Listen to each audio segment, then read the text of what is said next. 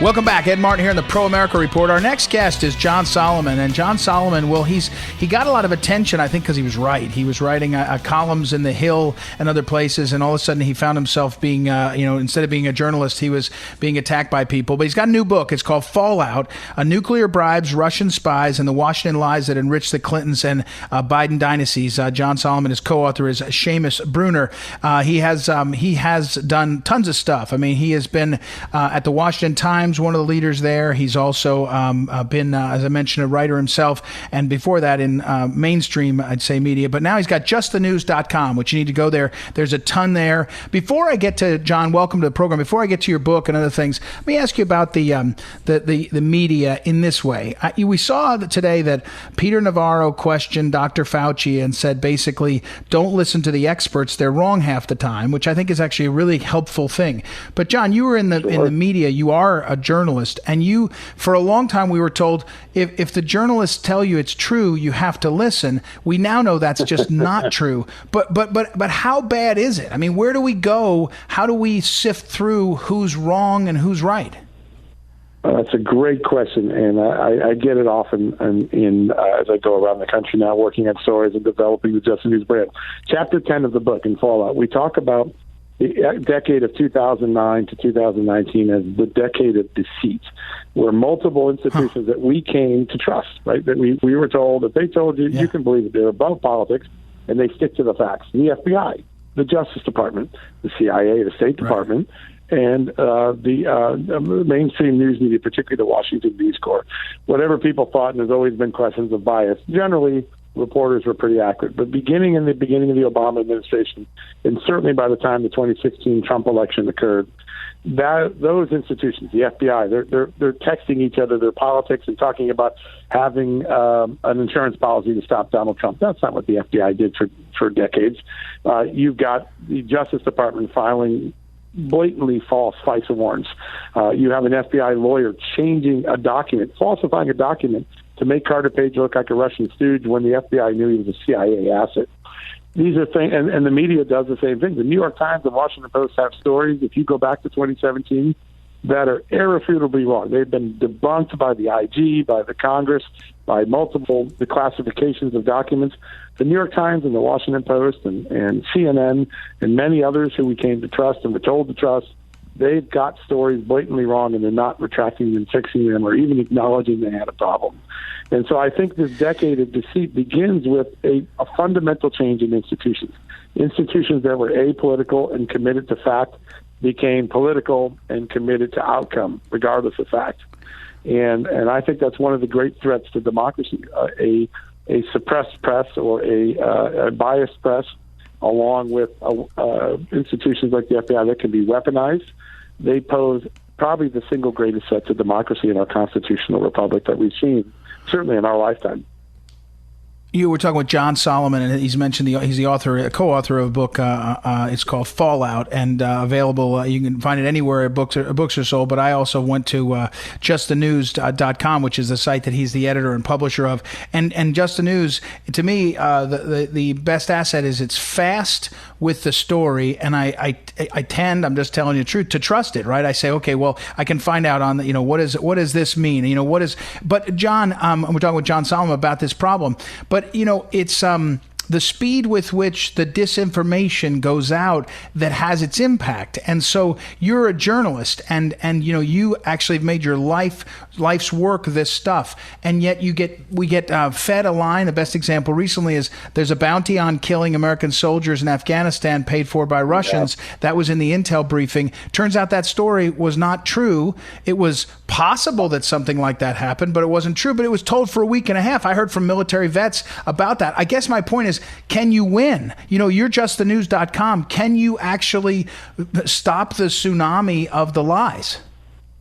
Well, we showed with the work I did at The Hill and then at Just the News that you can unravel a false scandal. The entire primary institutions of Washington, CIA, NSA, FBI, the news media, the Justice Department, the FBI, all created a false narrative that is the Russia collusion narrative. It wasn't true the moment it walked in, and it was never true for 3 years of headlines, and it ultimately was declared untrue. And it was my reporting, Silver Carter's reporting, a couple of other good reporters who did this work day in and day out. And we proved that if you present the American public with real facts and show that the facts or the alleged facts that are showed are wrong, the American public will believe it. And I think what I've done at Just the News and with this book is to try to set a new standard for journalism, maybe shame some people into considering it. When you read a story at the Just the News, you're not only reading the story, there's a second tab called Dig In.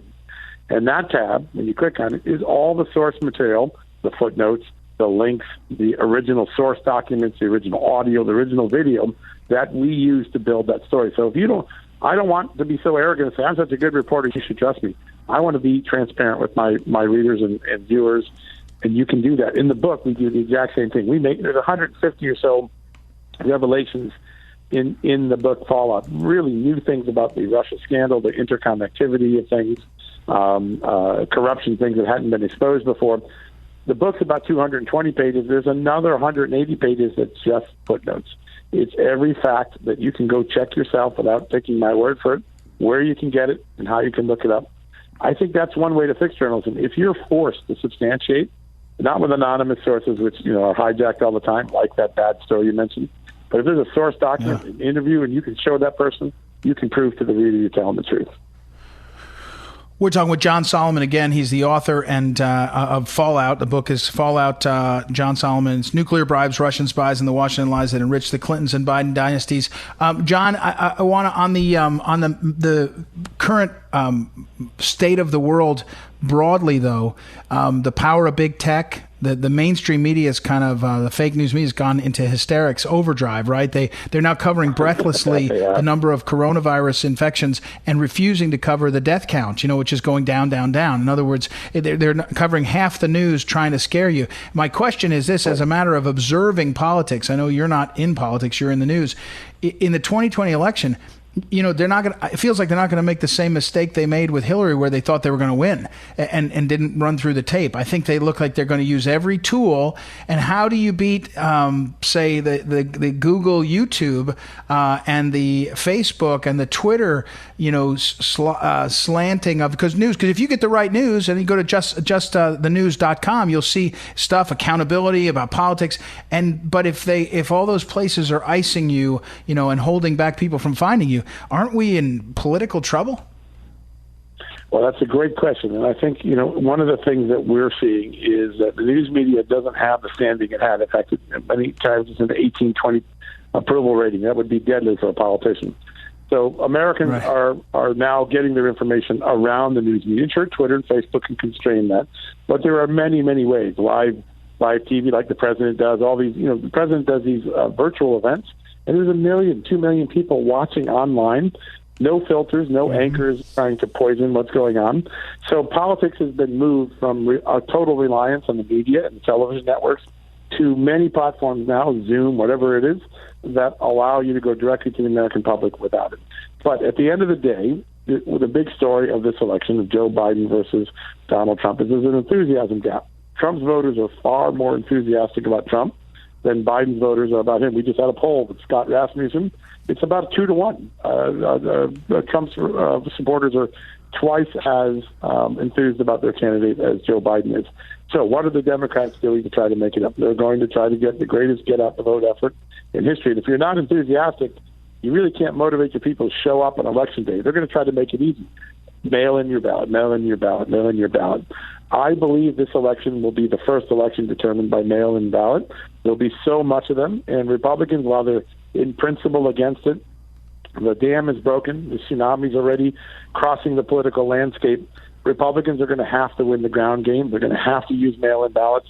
They're going to have to take advantage of their clientele and their voting constituencies' enthusiasm, and they got to match vote for vote in mail, vote for vote in absentee, vote for vote in person, what the Democrats are doing. Because the way they're trying to make up for the lack of enthusiasm for Biden is making it easy for people to get their vote. We'll pick it up from you and we'll deliver it for you. Just sign the ballot.